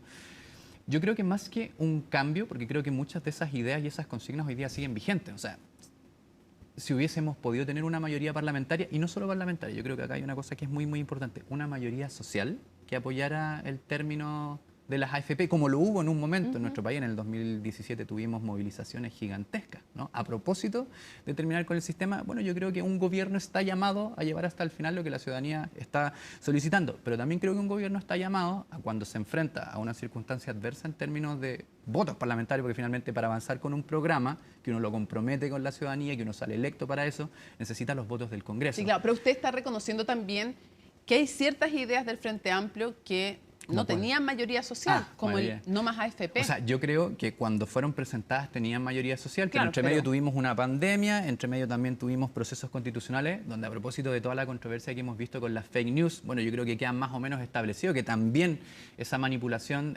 lamentable que existe de la opinión pública en función de noticias falsas tuvo un rol. Usted se acordará cuando habían vocerías, además de un actual candidato presidencial como José Antonio Caz, diciendo que a uno le iban a quitar, si tenía una segunda casa se le iban a quitar. Bueno, todo yo ese entiendo tipo de eso, cosas. pero pareciera que en el tema de las AFP, ustedes mismos contribuyeron a una derrota ideológica cuando apoyan los retiros. Sí, muchos advirtieron en su momento que se iba a hacer un triunfo de votación en el momento, aprobar los retiros, pero que iba a ser una derrota cultural en el sentido de que la gente iba a terminar defendiendo su dinero para ellos. Cuando se les decía, tu retiro es para ti, tu fondo es para ti, finalmente entonces también cuando recibo todos los meses o me descuentan un dinero, quiero que vaya a mi cuenta. O sea, que ahí hubo una derrota cultural importante que no fueron capaces de ver. Sí, yo estoy de acuerdo con que la aprobación de los retiros en los términos discursivos de decir, bueno, estos son retiros que se van a recibir en función de la propiedad y de que los recursos son de uno y lo que fuera, efectivamente ponen en entredicho en realidad como los principios de la seguridad social, no los principios del Frente Amplio. Lo que quiero señalar acá es que objetivamente el sistema de salud, el sistema del seguro de cesantía, todos funcionan con solidaridad. Cuando uno se apropia de un discurso que en realidad es más bien de la industria de las AFP, los que han dicho tu plata es tuya, con tu plata no, lo que fuera, que lo vimos durante los 2 años de tramitación de la reforma de pensión. No me lo escuchó a mí porque no lo voté, pero me tocó votarlo, pero me imagino que algunos parlamentarios podrán haberlo dicho. Yo creo que ahí hay un problema de que el objetivo del retiro en ese momento era absolutamente legítimo. Yo soy de aquellos que en algún momento, yo era dirigente sindical en esa época, evidentemente defendíamos que los trabajadores y trabajadoras no tenían otra alternativa que autofinanciarse, y no solo se autofinanciaron con los retiros previsionales, también con el seguro de cesantía. No, está bien, eso tiene un límite. En algún momento probablemente, y uno lo ve con algunos por la colegas inflación, parlamentarios por el alza en las tasas de interés. Hasta el propio presidente de la República ha reconocido que se equivocó con los retiros. No, por cierto, y porque lo que le voy a señalar es que en algún momento esto se transformó en un botín electoral, y hemos visto que hay parlamentarios que la verdad que pareciera ser que la única agenda que tienen son los retiros previsionales. ¿Está pensando en Pamela Giles? No sé. No sé, pero usted evidentemente nombre. Pamela Giles ha sido una diputada que a mí me llama la atención, que con las capacidades que tiene ha centrado buena parte de su acción parlamentaria en los retiros. Ella diría que no, pero en fin, no quiero que se nos acabe el tiempo, pero quiero llevarlo a otras materias. También de la contingencia en Tolerancia Cero, la ministra de Defensa, Adriana Alpiano, dijo que había terrorismo en la Araucanía y dijo otras cosas más, pero quiero ir por partes. ¿Usted coincide en que hay terrorismo en la Araucanía? Bueno, creo que sí. Si el gobierno lo enuncia así, en base además a la acción que ha tenido que tener el Estado allá, es con conocimiento de causa.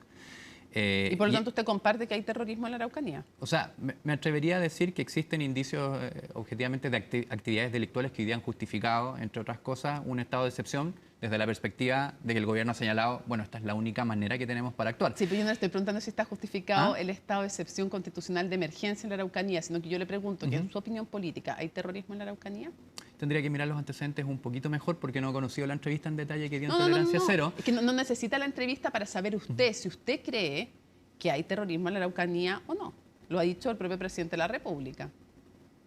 Bueno, imagino que si lo ha dicho el presidente de la República con los antecedentes que maneja el Ministerio de Defensa, bueno, es muy probable que sea una realidad. Sí, y lo ha dicho en el pasado, pero también en esa entrevista cuando le preguntamos a la ministra de Defensa si la CAM y la UAM, por dar 2 ejemplos de organizaciones que han reivindicado actos súper violentos, eran organizaciones terroristas, ella dijo que no. Dijo que sí había terrorismo en la Araucanía y empezó a explicar que había otro tipo de demandas, que tenían otros temas, en fin, ella ha tratado de explicar, ha dicho que a lo mejor no se explicó muy bien, pero le preguntamos claramente si eran organizaciones, si las definiría como organizaciones terroristas o no. Y yo se lo pregunto a usted, como diputado de la República, para usted, la CAM y la UAM, ¿son organizaciones terroristas? Sí, yo en eso creo que no es muy relevante lo que yo pueda opinar porque efectivamente el terrorismo está definido, ¿no? Es súper relevante, me gustaría su punto de vista político. Sí, no, por cierto, pero los objetivos de una organización terrorista tienen que ver con, mediante el terror, ocasionar o infligir cierto daño a grupos específicos de la sociedad en pos de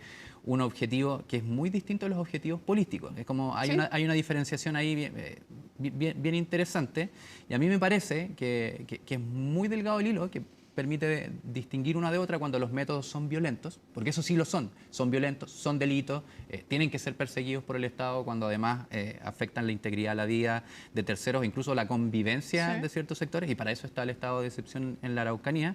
Pero la calificación de terrorismo yo creo que le compete finalmente a los expertos de aquello, y yo me atrevería a decir que bajo el conocimiento que yo tengo, no serían organizaciones terroristas, que es distinto a que sean organizaciones que puedan ser perseguidas por distintos tipos de delitos en función de lo que los motiva. Es una motivación más bien política y no el ocasionar terror en sectores de la población.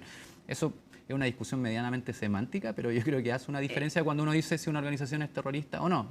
Ahora, es importante y hay que dar cuenta que su propio gobierno ha presentado en hechos, delitos que son reivindicados por la CAM y por la UAM, querellas por ley antiterrorista.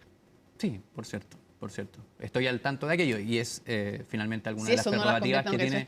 No, pero claro, es que son las prerrogativas que tiene el Ejecutivo. Yo en este caso soy miembro del Poder Legislativo y por cierto que creo que además esos procedimientos tienen que llegar a puerto. Antes que nos acabe el tiempo, usted le toca competir en el Distrito 9. Así es, zona norte de Santiago.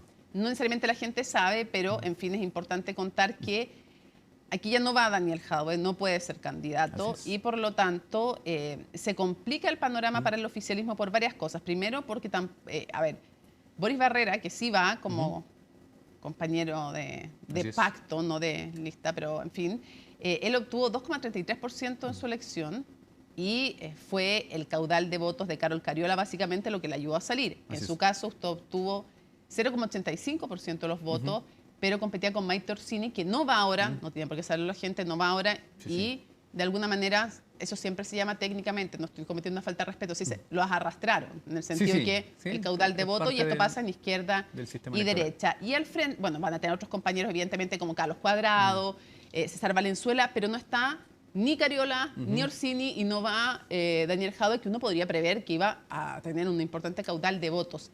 ¿Qué tan cuesta arriba está su elección, teniendo al frente también en la derecha y en la centro derecha tienen a candidatos como el presidente de la UDI, Guillermo Ramírez, el presidente de Bópoli, entre otros candidatos, porque Durán, después de que tenía esta denuncia por eventual violencia intrafamiliar, ya no está como candidato de Renovación Nacional. Así es. Erika Olivera también. Va como candidata en la misma lista de Guillermo Ramírez. ¿Está difícil?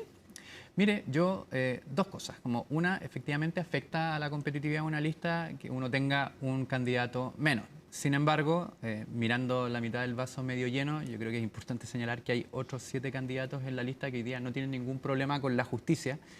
Y lo que me parece medianamente positivo de aquello es que yo sí esperaría que finalmente las proyecciones electorales de la lista estén en función de las propuestas que los candidatos hacen y no de sus problemas con la justicia, que es lo que yo veía pasaba permanentemente en el caso de Daniel Jadwe. Y en eso, evidentemente, creo que hay responsabilidades del partido que lo promovió, de haber hecho un análisis de riesgo de lo que implicaba que alguien que eventualmente podía perder derechos civiles y que terminara haciendo... Hay un error ahí. Yo estoy convencido que es un error. Creo que hay un examen de riesgo que debió haberse realizado antes y que creo que es absolutamente complejo de abordar hoy en día.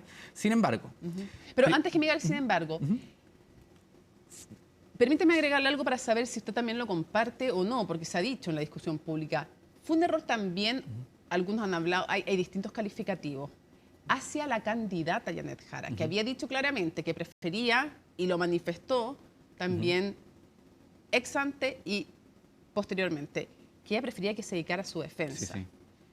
¿Le parece también que de alguna manera, yo no sé cómo se califica, pero ¿cómo califica usted que el Partido Comunista, yo sé que no es candidata solo del Partido Comunista, pero era la candidata a las primarias del Partido Comunista y después se convierte en la candidata a la coalición, no haya escuchado tampoco a ella? Porque una cosa es que no lo escucha usted, que no escucha a otras personas, pero que no haya escuchado a su propia candidata, ahora candidata de toda esta coalición. Sí, yo creo que la frase de Janet Jara es muy elocuente. Objetivamente creo que es muy complejo tener un candidato que va a tener que estar preocupado de una defensa y acá es más allá de la opinión que uno tenga del caso, como la presunción de inocencia está sobre la mesa. Nadie está diciendo que Daniel Jadwe sea culpable, eso lo tiene que determinar un tribunal de justicia. Pero efectivamente a mí me parece complejo que no se haya visto el riesgo que implicaba, uno, para la electibilidad de la lista y la competitividad, pero segundo, que se haya desoído la voz de la candidata. Yo efectivamente creo que ahí hay una reflexión que tendrá que para eso cada partido tiene su procedimiento interno. Yo no voy a ser quien se lo diga al Partido Comunista, que es un partido al que yo estimo profundamente, pero sí creo que hubo un error. Y a la luz de los hechos, que la lista hoy día compita con 7 en vez de con 8 candidatos, bueno, es un error que nos pesa a todos. Y el estándar, cuando se habla de subir el estándar, también uno se pregunta, porque, de nuevo, yo no estoy contradiciendo que aquí haya presunción de inocencia. Lo he dicho en este caso y en otros casos como Chamorro, por ejemplo, alcalde en Coronel, en fin, y otros casos, creo que todos, no sé, Katy Barriga, me da lo mismo, Hermosilla, los que sean son inocentes hasta que no se demuestre lo contrario, no estoy quitándolo. Pero no son tribunales los partidos y por lo mismo tienen que hacer una evaluación también política. Cuando hay una querella al Consejo de Defensa del Estado, cuando en otros casos, por ejemplo, en el caso de Calisto, hay un desafuero, pero en el caso de Jadwe, cuando hay una querella del Consejo de Defensa del Estado, cuando hay una fiscalía, que es otro órgano independiente, que decide además hacer una acusación, por el tipo además de eventuales delitos, con todo aquello, no es solo una presentación de una querella, que eso ya sería como, ay, pero si hay apenas una querella, ¿no? Aquí hay bastante más. ¿No hay un estándar distinto que debieran tener los partidos? Digo, si en este gobierno bastaba con formalizar a alguien para sacarlo de su cargo y esto pasaba desde, en fin, un funcionario X hasta el general director de Carabineros, ¿por qué no como grupo político no tiene estándares más altos a la hora de las candidaturas? Sin obviar la presunción de inocencia, pero desde el punto de vista político. Sí, por eso yo le mencionaba en mi reflexión que creo que los partidos políticos que promueven candidaturas donde efectivamente se puede ver en entredicho finalmente la integridad de toda una lista, tienen que hacer esa reflexión. Yo lo que le puedo decir es que tengo la total certeza, porque además me tocó, yo soy miembro del Comité Central del Frente Amplio, pasar por todas las discusiones internas de aprobación de candidaturas y nosotros no hubiésemos presentado un candidato que no solo efectivamente pone en entredicho de alguna manera el estándar que nosotros tenemos para avalar candidaturas, pero segundo, además tiene un impacto sobre otros compañeros y compañeras de lista de otros partidos que no tienen tampoco por qué de alguna manera ver su propuesta política empañada en función de un problema judicial, que también concuerdo contigo, nadie está diciendo que acá no existe presunción de inocencia, pero que eventualmente, finalmente termina teniendo un impacto y una crítica que a mí me parece muy plausible y racional que tú nos planteas, pero lo que te puedo decir, bueno, como Frente Amplio no lo hubiésemos hecho y sí abogamos porque no lo hiciera la lista en su conjunto, pero cada partido también es autónomo de hacer aquello. Entonces ahí es una reflexión que le corresponde hacer al Partido Comunista, a quienes estimo mucho, pero creo que en esto se cometió un error, ¿no? Como que no hay medias tintas para mí en eso y es algo que yo a lo menos sí le exigí y los exigimos como partido en el Frente Amplio. Dicho eso, y me parece muy interesante porque planteaste el tema también de lo que ocurre con otros parlamentarios que están desaforados. Tenemos particularmente un escenario político donde hay muchos parlamentarios desaforados, no sé si eran 5 o 6 a estas alturas. Entonces, yo este estándar político que hoy día estoy tratando de establecer a propósito del Frente Amplio es personal y además inclaudicable, porque yo he presentado proyectos de ley que no han querido tramitarse. Tengo uno que se llama Desafuero Dieta Cero, porque también me parece medio complejo, más allá de la presunción de inocencia, que hayan parlamentarios que lleven más de 1 año y medio, algunos con prisión preventiva, que no están votando, que no están representando a los ciudadanos y ciudadanas que lo eligieron y están percibiendo su dieta íntegra. Entonces yo presenté un proyecto de ley para abordar aquello, pero por distintas razones... Se refiere a Catalina Pérez. Me refiero a todos los parlamentarios. Sí, sí. No, pero me regiría para todos, pero porque la gente puede estar en su casa pensando en quién está con... Tenemos también a Mauricio Ojeda, tenemos Ojeda a Pulgar, también ahora. tenemos cuando hablaba del año se refería a ella, me imagino. Pero no, y Ojeda también, o sea, lleva bastante tiempo. Hecho el punto. Sí. Vamos a ver si avanzan esos y otros proyectos que serían bastante positivos, creo yo. Andrés Giordano, muchísimas gracias por acompañarnos en este pre-18 aquí en CNN Prime. Un placer, muchas gracias. Bueno, y ustedes, por supuesto, muchísimas gracias por acompañarnos en este CNN Prime previo a las fiestas patrias. La petición a todos ustedes del Consejo, que se cuiden, el autocuidado muy importante, si manejan y van a tomar, pasen las llaves, así que no manejen. Si son peatones, sean súper cuidadosos y también responsables con el consumo de alcohol. Pensemos que hay muchas vidas que dependen, hay que cuidar la propia, pero también la del resto y lo que hagamos repercute en otros. Miércoles 17 de septiembre, así estuvo nuestro país y el mundo. Somos CNN Chile. Buenas noches.